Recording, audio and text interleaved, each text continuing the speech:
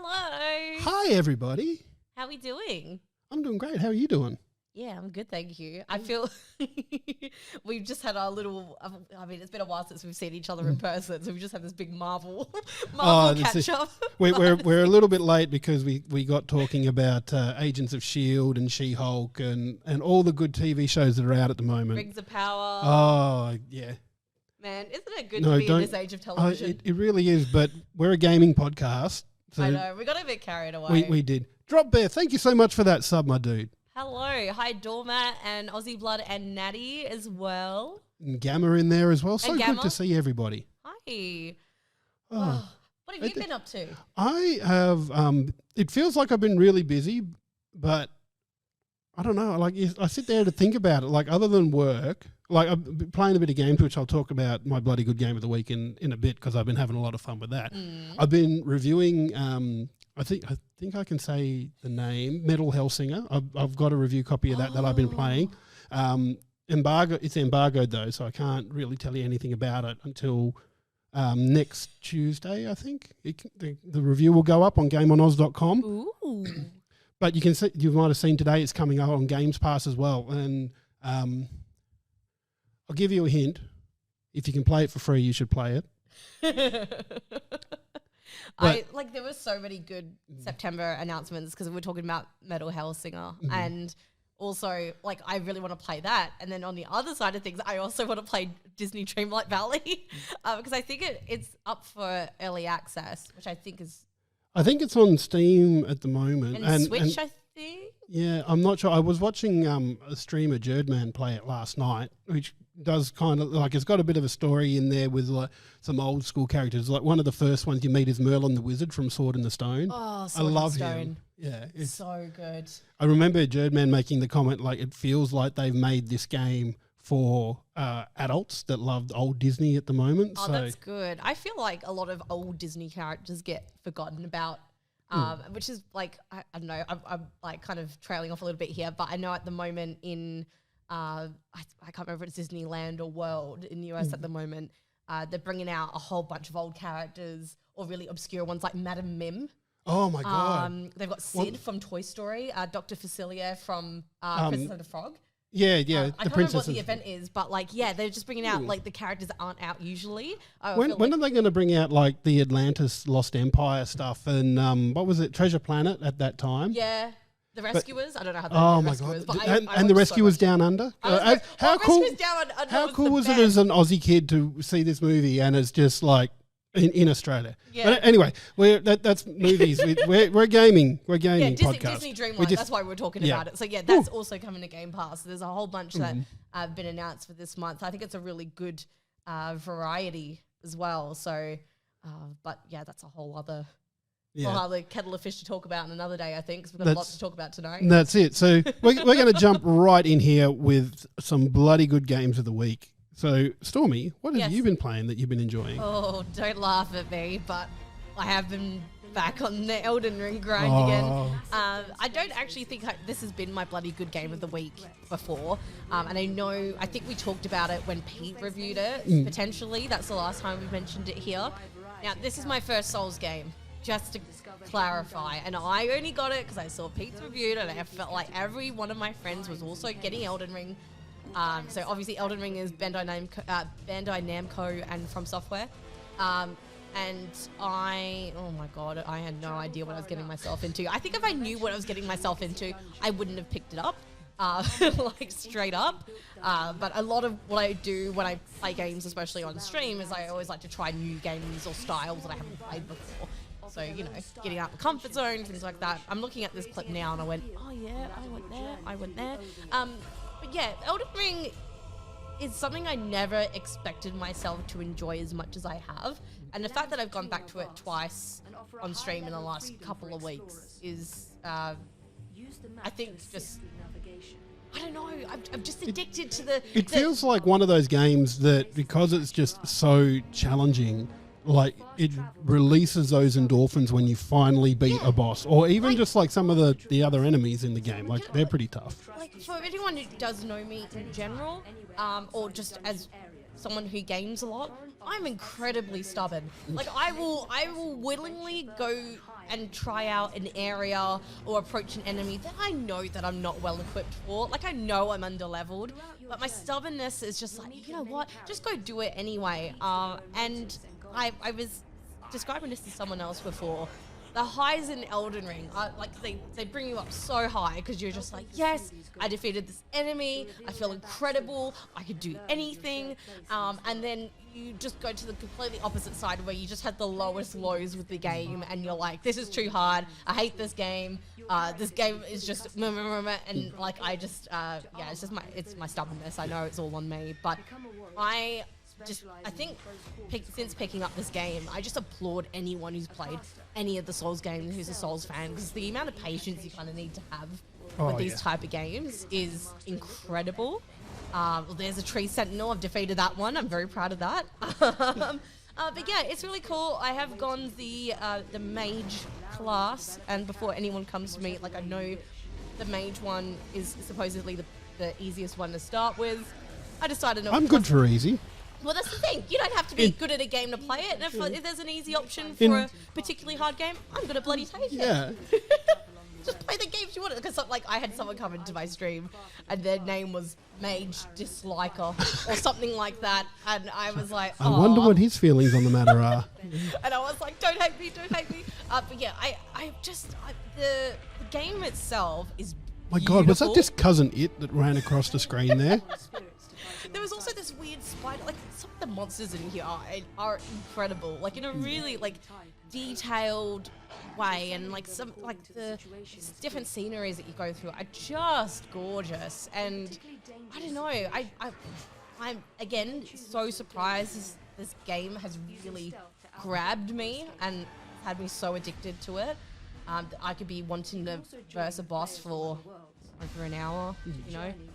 Look, it's the challenge of it, though. Like, we were talking a bit before the show about how, you know, I've played a couple of Super Mario World ROM hacks, Kaizo hacks, and for those that know Mario and that community, Kaizo hacks are not easy. Like, they're hard, and there's one Super Quickie World which has a last stage that is notoriously difficult for new players, because Quickie World kind of gets recommended as a new as a hack, intro hack for beginner people getting into Kaizo.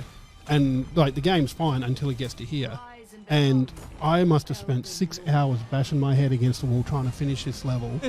And they're not long levels, and I just kept going and going and going, and eventually I gave up, and I came back to it a while back, probably a few months ago, and I just played it, and yeah, I got up to there again, and had, like, my first couple of attempts at that level, I had progress. I got further than I had ever gotten before, and then I was done. Another 2 hours sunk into that level trying to beat it. Absolutely. Like, it's a gorgeous game, and I am still learning as I go, because the whole inventory and crafting system, or even just the leveling up the character kind of aspect and mechanics, I'm still trying to wrap my head around, because it's so incredibly detailed. But I just, it's bloody hard. But man, the feeling you get when you do defeat something is just incredible. So and I am admittedly quite glad I did push myself out of my comfort zone and try something new. So release those endorphins. Yeah, exactly. So I'm determined to get back to it again, but I'm definitely addicted to it now. So yeah, Elden Ring is my bloody good game of the week. Awesome. And I am still not going to play it, because I almost got talked into it, I almost talked myself into it, because everyone said that's going to be such a good game, and it had somehow escaped my notice that it was a From Software game. And I'm thinking, I could do it. And then I must have gotten very close to buying it, and then I've seen it's From Software, and I'm going, oh no, those are the guys that made Dark Souls. I am not in for this. I'm going to have a bad time if I try and play this game. It's a commitment of sorts, and it's one of those games where you do have to sit down a few hours aside to really get into it, because otherwise, like, an hour isn't enough. Like, you won't get through very much. I just wanted to quickly say, I'm just having a look at the chat. Gamma says that their game of the week is JoJo's Bizarre Adventure All-Star Battle R. It's a remaster of the PS3 fighter that's based on the manga/anime. JoJo Bizarre's Adventure has been getting a little bit of love lately because I think there's like an RPG that's come out because it's an anime series. I've heard of it and I've heard it's good, but I don't know much about it admittedly. So that's really cool. Doormat, Elden Ring is a very pretty game, but holy shit, it is hard. Natty, gamer of my own heart. Oh, so Natty, I imagine, is an Elden Ring fan as well. And Gamma said someone did a VR mod for Elden Ring. Nah, that's too scary. No. Nah, Can you imagine? Can you imagine like having to roll away from an enemy in VR? Like how would that go? Like, is there just a button and the headset suddenly does backflips or something? Surely there'll be a whole lot of motion sickness. Oh, yeah. Yeah, that's it could be interesting. But interestingly enough, second to the big enemies, my biggest downfall in terms of dying is fall damage. I feel that in my soul. Yeah, it's not pretty, especially when you've got about 4,000 runes in your pocket, and when you go back to get it when you drop them the first time, you fall again. It's good though. I promise. The game's really good. Nice. All right. Well, my bloody good game of the week is one I found on Game Pass, not Games Pass. We also discussed. No, it's going to be Games Pass. It's Games Pass. I don't care what everybody else says. Xbox, you're wrong. It's Games Pass, not Game Pass. But anyway, yes, I found this on Game Pass. Tinykin, I've seen the trailers for this one, and it kind of looked Pikmin-like to me because you get these little creatures called Tinykin, and it's like a miniature world that you go around in and just like do random things, and it's just really cool and chill. Like the only way you can really die in the game is once again from fall damage, but I learned pretty quickly that even from the really big heights, because you've got this bubble that lets you just float along for a bit and eventually it'll run out. But if you just take a little bit of care with it, you can just gently use it on the way down and it'll just slow your fall so you don't die from it. And also, this trailer's reminding me of other ways you can die because he doesn't like water. Any touching of the water will just die, and there's plants that can eat you. So there are other ways that you can die, but it's for the most part it's just a good little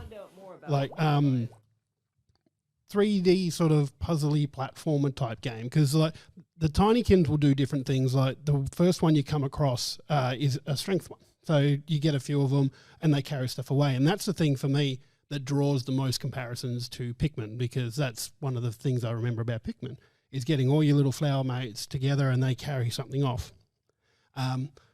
But there's also ones that explode. There's ones that conduct electricity. I just unlocked one this afternoon that when they string together, they've got wings that they put out and they create a bridge. Oh, that's so you can walk cute. up a bridge. And yeah, it's just really, really cool. I really like the art style as well, and that kind of mesh between they're obviously 2D in a 3D space as well. I think it's really gorgeous. Yeah, it is really nice to look at because you're right. The model, all the character models are kind of 2D-ish, almost like Paper Mario. Yeah, so when you sort of flip, you can sort of see that it's only really in a two-dimensional plane. But the environment's 3D, and it's just, yeah, I've just been having such a nice time with it, and it's. How far into the game are you at the moment? I think I'm almost finished, so it's a pretty short little game there, which I honestly I really quite like. And it's one thing that Game Pass is good for me is if I see a game that I like, I'll try it, give it a go, and more often than not, they're only a few hours long, and you just go, cool, I'll do that, because I think must be about 4 or 5 hours into it, I reckon, and I've probably got another couple of hours to go and be done with it. There's something nice about, as you know, compared to a really big open world game like Elden Ring, because I feel like there's so many big open world games there at the moment. There's something nice about having a short game that makes it feel really achievable as well, especially on a platform like Game Pass where there's so many great short games to pick from as well. Yeah, and that's it. And I found so many cool little indie titles that I've been willing to play, and I think I like games with story in a lot, but if they've got a little hook, they generally don't overstay their welcome either. So if you've got a really good course concept and a really cool way that it plays, you don't need to make a 15, 20, 30 hour game to try and make use of that concept. You can just make a handful of really well-designed levels, and that can be it. Less is more. That's right. Yeah. Absolutely. But yeah, I've been absolutely enjoying Tinykin, and just like the environments as well, because it's like in this house that's been overrun by plants and whatnot, and there's things like there's one level where you have to get it's like a sacred song to play, but what it really is a CD that you've got to get from wherever it is up to the CD player, and then power the CD player and things like that, and it's just fun. It's just good, lighthearted fun. Is this something that's new to Game Pass? I don't think I've seen it. I think it is. I think it's only just come out as a game. This is coming 30th of August actually on the video there. So it's not. Well, it's only like a week old? Yeah, or just over. Yeah, it's brand new to Game Pass. I think it's a brand new game as well. So it's it's fun. Go play it. Awesome. Yeah, definitely recommend it. That's my bloody good game of the week. Thank you to Aussie Broadband for sponsoring that little segment. Thanks, Aussie Broadband. I'm just reading the chat here as well. Hi, Raven. How you doing? Did Stormie get a new box? She's taller than straight today. I just realised I usually wear trainers, but I'm wearing sandals that have a bit of a heel on them, so I'm cheating a little bit. Don't worry, I can't keep this up. My calves are going to hate me. I actually didn't. I didn't realize. Maybe I should wear them more often. My feet are a bit more painful than today, though. I didn't really think this through. But welcome. We could get you a bigger box if you like. I don't know. I'm worried I'm gonna punch a hole through this box with these heels. Actually, I'm a little concerned. Maybe a little step ladder instead. Yeah.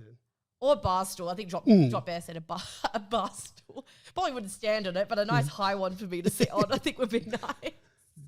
Yeah, I'm not that short. It's just Jim and Pete are really tall, so maybe I should. I am like 6 foot, so yeah, I'm not short. Yeah.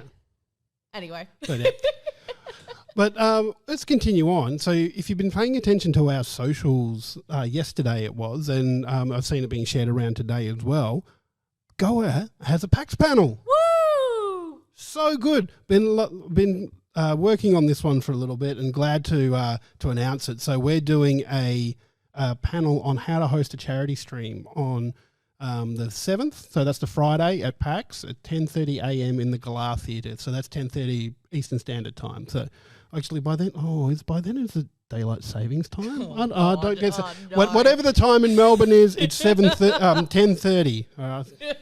I get confused with daylight saving, mainly because we don't have. If we had it, I think I wouldn't be as confused. But yeah, dealing with multiple time zones is not my forte. Yeah, time zones in general, oh man, I get so lost. But PAX isn't too far away now, which is really exciting, and I'm so glad we finally got to share that yesterday because it's something we've known about for a little bit, so it feels good to let everyone know that we have a panel there, and I love this topic that we've got for our panel as well.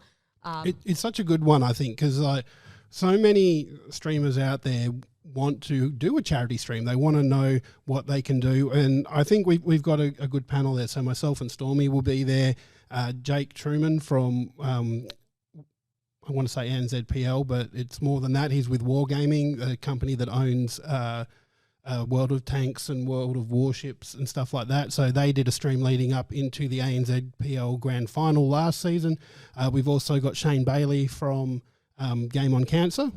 Both of us have also worked in, I guess, with the streaming capacity because you've done Movember. I did a 24-hour Movember stream. Wow, 24 hours. Yeah. I've never done a 24-hour. I actually really liked it. Yeah. Hey, I'd go and do it again. Did you stay up the whole time? Yeah, and I even did it because it everything just sort of lined up and the stars were shining down because I didn't shave and my beard at the time was very, very wispy and very long.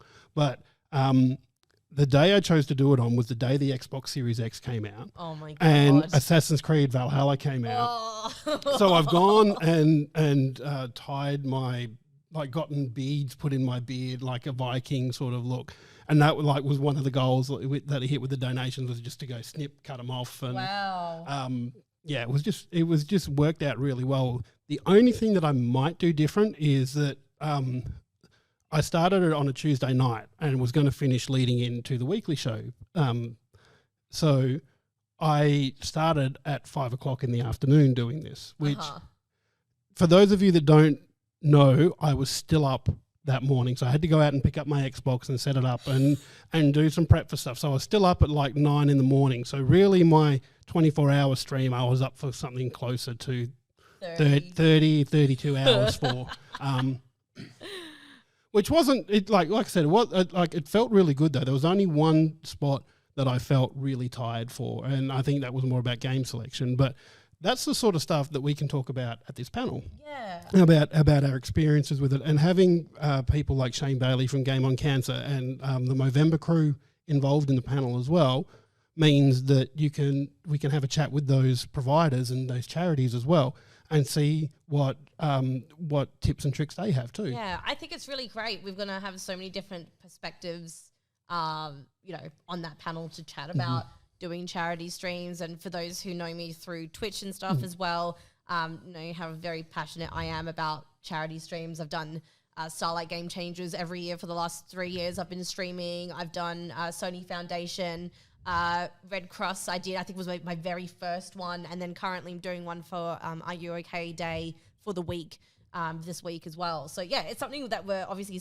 like both very passionate about ourselves, and I'm sure like the rest of us on the panel will have plenty to chat about. So definitely come see us on the Friday. But I think we should definitely chat about more PAX stuff because there's just so much happening. It's so big. Like I know you're coming across on Thursday, but I'm coming across on the Wednesday and flying home on the Tuesday because I'm old. Till Tuesday. Yeah, I'm old, and like if I've learnt my lesson. Earlier in the year, I went across to Melbourne for the World of Tanks ANZPL Grand Final. I flew out Friday night, went to the event on Saturday, flew home 7 a.m. Sunday morning, and I was wrecked for the rest of that week. So I'm not doing that this time. I'm giving myself a nice little buffer either side, but even that, I'm still sitting there going, it's going to be so busy. There's so much to see and do. And that's before you start factoring in catching up with people. Yeah, well, we were talking before because you've been part of like PAX Online the last 2 years, is that right? Since the whole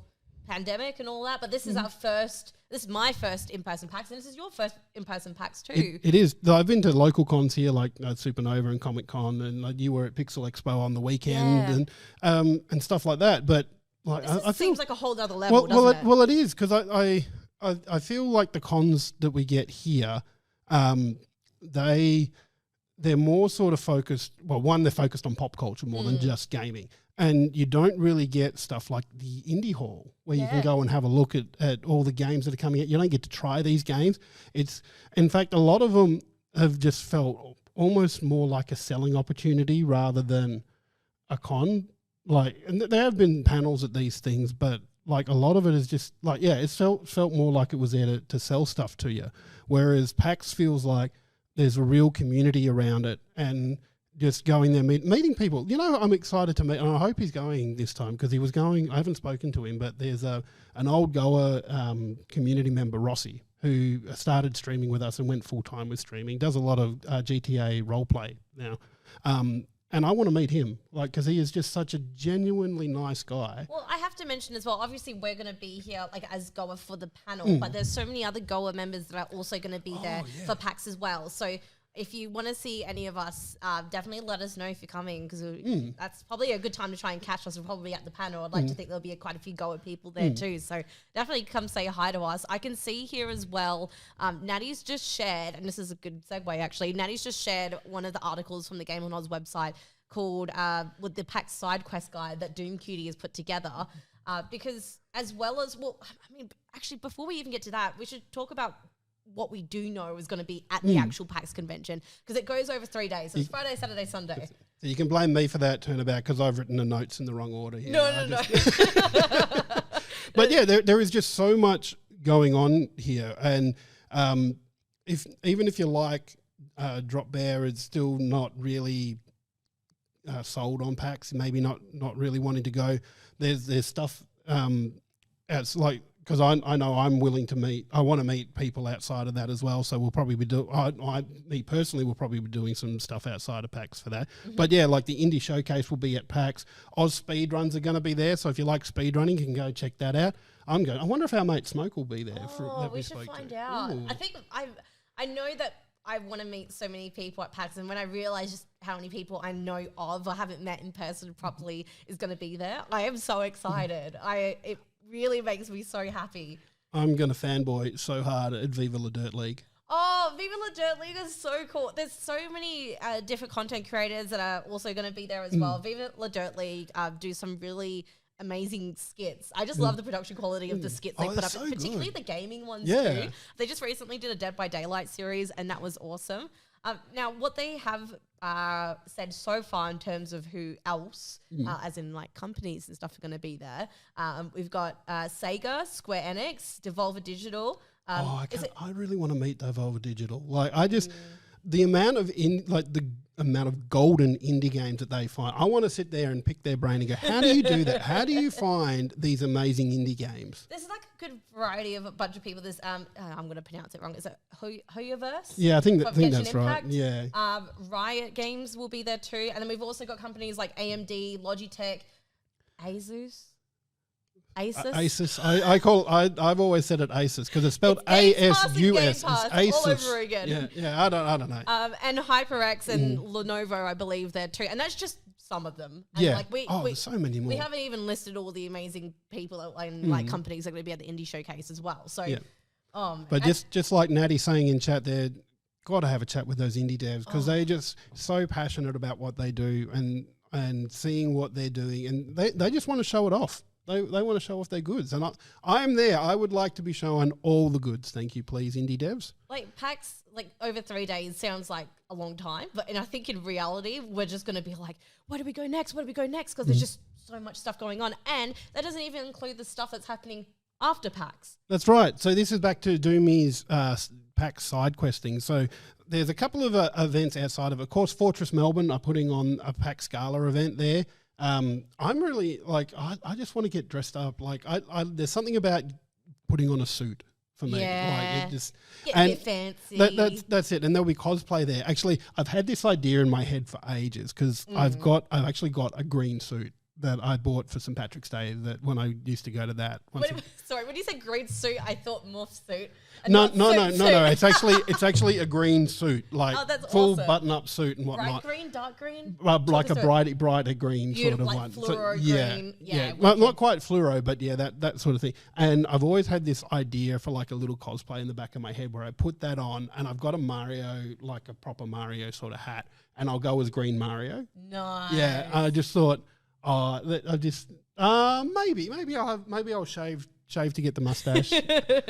Or even Natty said as well. That's what I was thinking, like Riddler green. Yeah, kind of Riddler green. Yeah, that's really cool. You should have, if you don't do the Mario thing, you should have like a top hat for Riddler. Yeah, and just get little question marks and put it.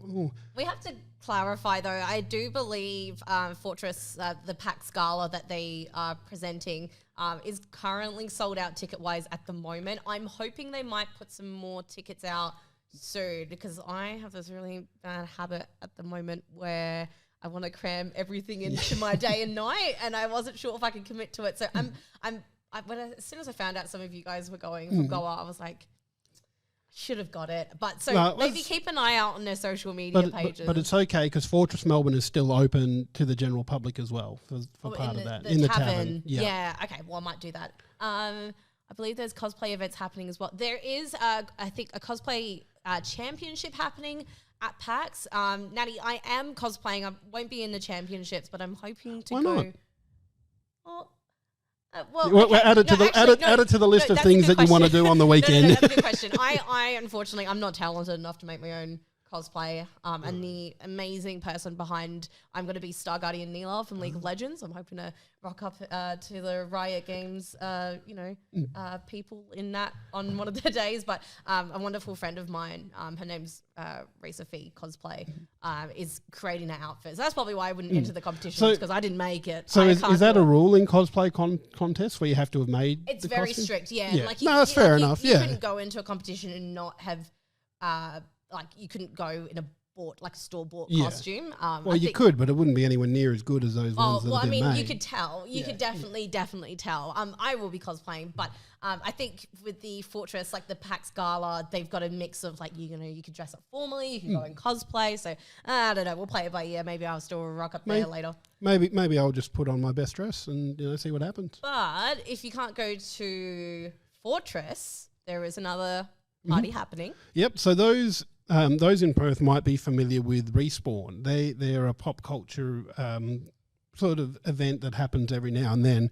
Not normally in a pub, you go have a drink as well, but they do things like set up video games around them as well. So you can go and do that. They always do like a little bit of a cosplay competition. Yeah. So dressing up is welcomed at these events. And the gentleman that runs it, Frankie, he is bussing all his gear over there, and there is going to be a Respawn PAX after party at the Ballers Club in Melbourne as well. Which is really exciting. I've been to a few events of Respawns and stuff too, and it's so much fun, and it's I think it's a big part of the Perth kind of pop culture gaming scene as like a place to get together, dance, have a few drinks. Like you said, they have cosplay, or they have different themed events and stuff like that too.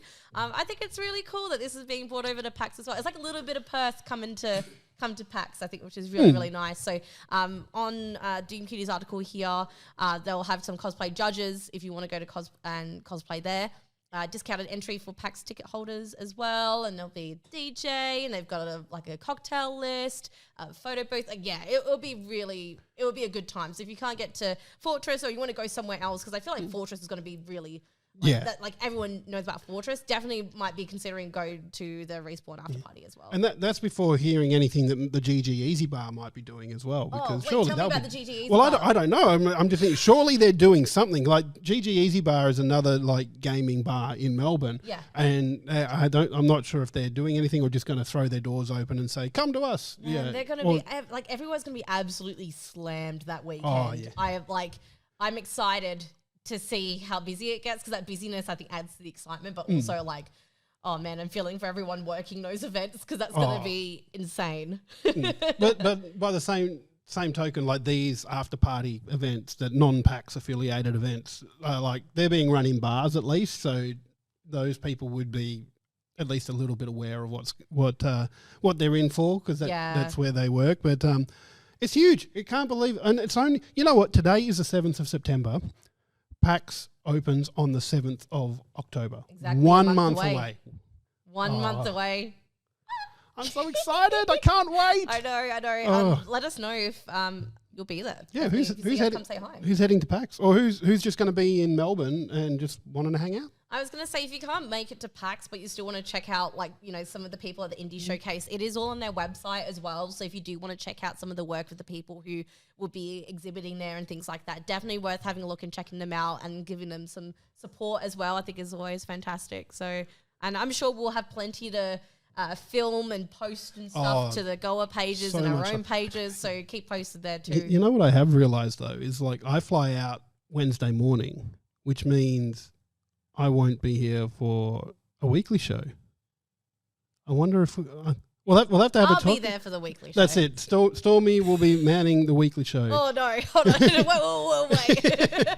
Maybe we'll see if I've recovered by Wednesday. After Pixel on Saturday, that was one day, and that like. Oh, this is before PAX. Like actually, because I'm back for the following week. Because I fly back home on the Tuesday, but yeah, I fly out on Wednesday. So. Yeah, the pre-PAX show I won't be here for. Yeah. I wonder, I'll have to be packing that night, so we'll have to suss out what we're going to do then. We'll sort something out. Yeah, I'm sure we'll get it. Maybe we'll get an elusive Pete back in for an episode. Maybe we'll sneak him in. But yeah, that's PAX. So much going on there. But we do have some other gaming news as well. And this one's a little bit on the older side now, but we did have a week off. So we're going back to this because I think it's such a big story and one that is going to be interesting to see how it actually unfolds. And that is that Microsoft put out a blog post, Phil Spencer in particular, about COD coming to Games Pass, which is huge in itself. But the bit to me that was even bigger was that it's still going to come to all the other platforms as well that it's normally on. And look, it's don't get me wrong, it's not an altruistic move by Microsoft. It's just that COD will make them so much money on other platforms as well. That why would you deny that to other everyone platforms who doesn't have Xbox? Yeah. I think it's really interesting because they've said, especially with Xbox and Activision Blizzard and all of that, and they've got titles like Diablo, like you've got the new Overwatch 2, which is going to be free to play and things like that too. It'll be interesting to see because they haven't specified which COD games will be eventually coming to Game Pass. I'm very intrigued to know whether the new one might be. I'd be very surprised if it did, to be honest. I'm expecting I think more it will. titles. Do you think so? I think it will. Maybe not straight away. Yeah. But I don't know. When's it coming out? October, I believe. So End of October this year. I don't think it'll be on Game Pass on launch then because I'm not sure that is that right? Because last COD was October. I'm sure of it. Let me have a quick look. But it's only around the corner now. And Overwatch 2 is only around the corner now too. But Overwatch 2 is a bit different because it's free to play anyway, so it doesn't matter. Doesn't matter if it's on. Just so much bigger because that's the one everyone buys every year. And I don't think this acquisition is going to be because they're still going through the hoops. When did they announce it? Back in March. God, I remember us talking about it, and it didn't feel that long ago. But it's been a long time since this acquisition was announced, and I honestly don't think that it will go through until the end of the year. So any titles that are coming out by the end of the year from Activision Blizzard may not end up on Games Pass, but I think after that acquisition they will. Do you think you'll get the? I'm kind of staying on topic. On topic, but not. Are you going to get the new Call of Duty this year? Probably not. I'm not a big Call of Duty fan. I'm not a huge first-person shooter fan. It has to, like, a first-person shooter has to do something to grab me. Like Halo is one that I'll always go back to. Yeah. Doom was just good, chaotic fun. Doom Eternal, I love that game. And just quietly, Metal Hellsinger is good too. But those, they do something different, and that's what. But and the CODs and the Medal of Honors, even though Medal of Honor hasn't had a game for a long time. Even to a lesser extent, Gears of War for me, even though like that was more cover based, they all sort of blend in and feel the same, and it just like for me the only COD that sticks out, and only because the mission in it was just so like it made me feel icky, and that's a good thing because it was designed to make you feel icky. There was that mission where you're a soldier and you've infiltrated a terrorist organization. And you're going through the airport, killing people. Oh, yes. I've heard about, And it did get a lot of flack at the time, but it was, I think it did well for storytelling, but that's why it stood out to me, not because of any of the gameplay in it, because you were only walking and just shooting at people that weren't really shooting back. Jarring. It was very jarring, but that's the only thing of COD that sticks out to me. Yeah. All the other, like they get a release every year, like they just blend into one another. The last one I played was the first, like the Modern Warfare. What do we call it? The reboot. A few years ago. So before Vanguard and before Cold War, I think it was Modern Warfare. I might get this one. It's not something I get every year, but I just think going back to Game Pass and Xbox and Activision, for them to put any Call of Duty title, I think, on Game Pass is huge. Like we were talking earlier, like I think Black Ops 3 is still so expensive on the Xbox store. And if it's just like I just Black Ops 3 alone they could put on Game Pass, I think that'd be huge. I think it's still popular, like zombies mode and things like that. And look, it'll come. It will happen eventually. But they haven't quite said when yet. Well, they can't because the acquisition hasn't gone through yet. No, of course, you did say that. But as soon as it does, like every single one of those CODs will show up on Game Pass. And the interesting thing for me will be will World of Warcraft end up in the Microsoft launcher, or will it continue to be its own thing in the Blizzard? Do you think they'll still keep the Blizzard launcher in general? I think they will. Mainly because the Blizzard launcher does a lot more, I think, than just launches games. Like it for things like StarCraft, it's the matchmaking, and BattleNet does so much of that. So I think that it would take a bit of work because the Microsoft app isn't the best, if I'm being honest. Yeah, it's a bit. It's got room for improvement, shall we say? It's not terrible, but it has its moments, doesn't it? Yeah. So I think for games like World of Warcraft and StarCraft, they will continue using the Blizzard launcher for a bit longer. Maybe even Diablo as well, because once again I'm out of touch on that, but I'm not sure when Diablo 4 is releasing. But I think it's even got a date. Yeah. Oh well, there you go. Yeah. So that one will probably end up on Game Pass. But like when you're talking Overwatch, like that's a free to play game anyway. So like, or about to be, yeah. Yeah. Well, sorry, Overwatch 2 will be free to play. Yeah. So where that ends up, it doesn't really matter. But yeah, it was like I want to get back a little bit to them Microsoft saying that they're going to keep COD on PlayStation as well, because that to me seems like a big call. Like you spend. God, how much money was it? Like $7 billion or something. And this is your playground now. This is what you want to do. And saying that you're going to let other people play in your playground in terms of the stuff that you've just bought, that's a big call. And yeah, COD will bring a lot of money on PlayStation. It'll probably bring in some extra money on stuff like Steam and those other platforms as well. But yeah, I think it's a good move. I think it'll keep people happy and will maybe make some Sony fans less. We're just sharing. That's it. Less derogatory of Game Pass, shall we say? But yeah, more people playing games, the better. Yeah. One thing making it available to more people, like keeping it that way, rather than like I don't know. Separating, like being like, no, this is mine now. Mm-hmm. The rest of you can't have it. That's only we can. Here's the big question though, because we've got an article up that we're looking at. Will Candy Crush end up in the Xbox launcher? Yes. You reckon? I don't even know if it's on PC. There's something in my brain that's going, yeah. I could see it. I love that in this picture that we've got here. You've got like because they've got banners of each game. Like Overwatch, Diablo, Call of Duty, World of Warcraft, Candy Crush, StarCraft. Like it's like everything looks really serious, and then like Candy Crush is in there. But I kind of like that. Games are for everyone. So that's it. Yeah, if you do it on mobile, you do it on console, you do it on PC. Gaming's for everybody. Yeah, let's do it. But yeah, like it's an interesting development, and cannot wait to see what happens with the Microsoft acquisition of Activision Blizzard. Yeah, that should be really interesting. I think in terms of other news, actually news just came out today, and I really want to talk about it because there's just something about this announcement that's making me.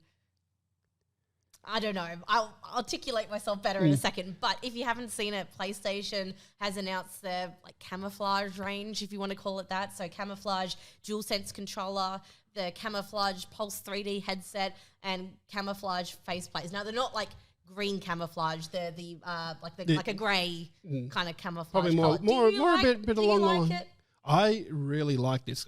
What I like even more about it is like normally when you get these sort of color packages for console or skins for consoles, they're for a particular game. This is just camo because I love it. It looks so cool as well. Like rather than just what were the colors that came out? White and is this for the for PS5? The place? Yeah, for PS5. So in terms of controller colors, there's been white, black, cosmic red, magenta, I'm calling it. I don't think that's red. Like a neon, like I don't know what the proper names of them are. But there's like a bright pink, a bright blue. I think that's all of them. And it's a nice range of colors. I find it just in general, I'm just like putting it out there, like you don't see a lot of bright pink or bright blue. I know that the PS4 range of controllers, because I have a friend of mine who collected every color controller. I remember, like, if anyone remembers they had a rose gold color controller at one point, and also like a nice, like kind of normal, like goldy color as well. I love the controller varieties, but I don't know, the camos just never really appealed to me personally. I think it still, like, it looks cool. And I've seen so many articles today been like, PlayStation 5's brought out a camouflage range, but we can't see it. I've seen it used in numerous different phrases today. It's like all the John Cena memes where he's with a fan and go, why is this person taking a photo of themselves? Yeah. But yeah, look, jokes aside, I like the customization in consoles, and I think the only reason we haven't seen it more for this generation is because the consoles have just been so hard to get to begin with. Yeah, I think what I do really appreciate what PlayStation does, with their color range, I've noticed in general, is every new color of controller they've come out with, they've done a matching faceplate as well. To have that, I don't know about anyone else that might be listening or watching at the moment, but that kind of cohesion is really, really nice. And I'm actually surprised they even brought out a Pulse 3D, a camouflage one as well, because they've only done white and black. In fairness, it's only the band that's which is an easier thing to cover. Yeah, but yeah, I like that they've done it, that you can get this whole matching thing. And on the Xbox side, we've only had the Halo console. Well, that's the thing, because I mentioned that to you earlier. The only special edition console we've seen so far is the Halo one, which I think, in us talking about how scarce the consoles are at the moment, I was surprised there even was one. And that's a gorgeous looking console. What I feel like, and I'm surprised that PlayStation hasn't done already, but if they had themed faceplates. Now, I know there's other third party people out there, and PlayStation's found them and they've gone, no, you can't do that. But surely PlayStation knows, themed faceplates are kind of what people want. In my mind, if they did a beautiful, say the new Spider-Man game that will come out, that they've announced that has Venom and stuff. Imagine if they did a beautiful bright red faceplate and kind of embellished into it is a pre-order bonus.